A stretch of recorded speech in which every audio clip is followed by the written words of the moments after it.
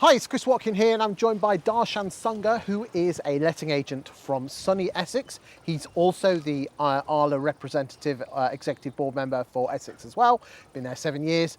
And he's joining me today to talk about, qualifications in the property industry. Are they fit for purpose? Talk to me.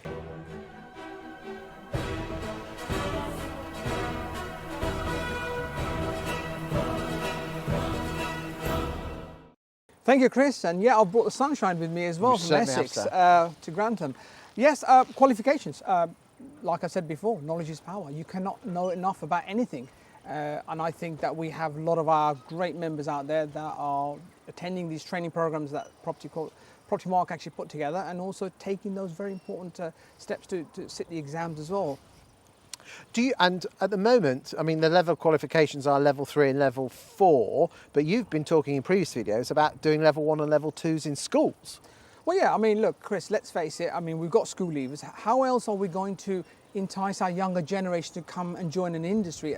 Well, no one grows up wanting to be a letting agent, do they? No, of course not. But if they see a course, let's say at school, and there's an A-level in property management, that's the first step towards coming towards our industry, and we need to embrace young school leavers. Let's face it, they are our future. And you mentioned in a previous video about your triple R's when it comes to qualifications. What do you mean by that? Well, look, I always believe that this is a triple R program I call. The first thing is, I think we need to recruit the younger generation, which is what I was just said about school leavers coming, and the younger people as well, not just school leavers, younger people as well, into an industry that's now going to be going towards regulation. My other R, I feel, is that we have some great talent out there, some people working within our private rented sector, within the letting agency industry, that need to go on retraining, just so they are up to speed with what's happening, especially with lots of property laws left, right and centre. And my last R is what I always say: soldiers will die for it and babies will cry for it. It's recognition. We need to recognise members of staff. They are our investment. I think John Paul came onto your set and said that your biggest investment in this industry is your staff. So we need to recognise people that do a good job. Do you think that the qualifications that PROPERTYMARK offer are too technical and are not real life? Well, look, for somebody that's actually taken the trouble to do the qualification, I can share with you, Chris, that it's like anything. Take small steps and you'll actually get there. Now, what I mean by that is the level 3 is a multiple choice question. So you have 60 questions, you answer them, you need to get 45% pass rate.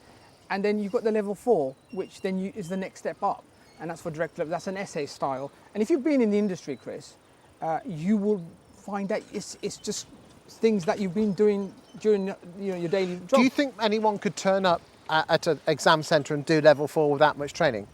No. Look, let's face it. Over the years, we sometimes don't remember everything. It's a refresher as well.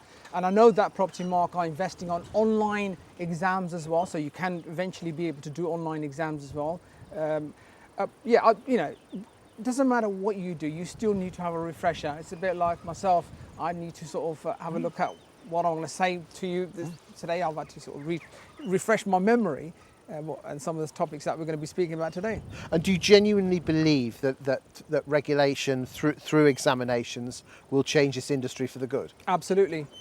This is something that I remember 21 years ago when I joined ARLA. The biggest thing they always wanted was regulation. They wanted this industry to have regulation, and it's on our doorstep now, and we need to embrace that. But I mean, regulation's not going to cut out the bad guys, the wrong uns, as we would say. Well, I mean, one of the things that it will do is get rid of the cowboys, the people that are not fit and proper. We don't want people that are not fit and proper to run agencies. But surely it's all about regulations. It's about how it's policed. I mean, is the regulator going to have police that can go in, not actual policemen, go in and shut people down if they haven't got the necessary qualifications? Well, let me just let you into a secret. Being a district councillor, I see the other side of the coin. Like I said before, I'm working from inside out. I know how our trading standards and enforcement teams are beefing up. We're putting more resources into enforcement, because guess what, Chris? When we are able to prosecute a landlord, then we get to keep that money. It's ring-fenced. And the same with letting agents as well? Yeah, absolutely. Okay. These are interesting times. Thank you very much for your insight today. Thank you, Chris.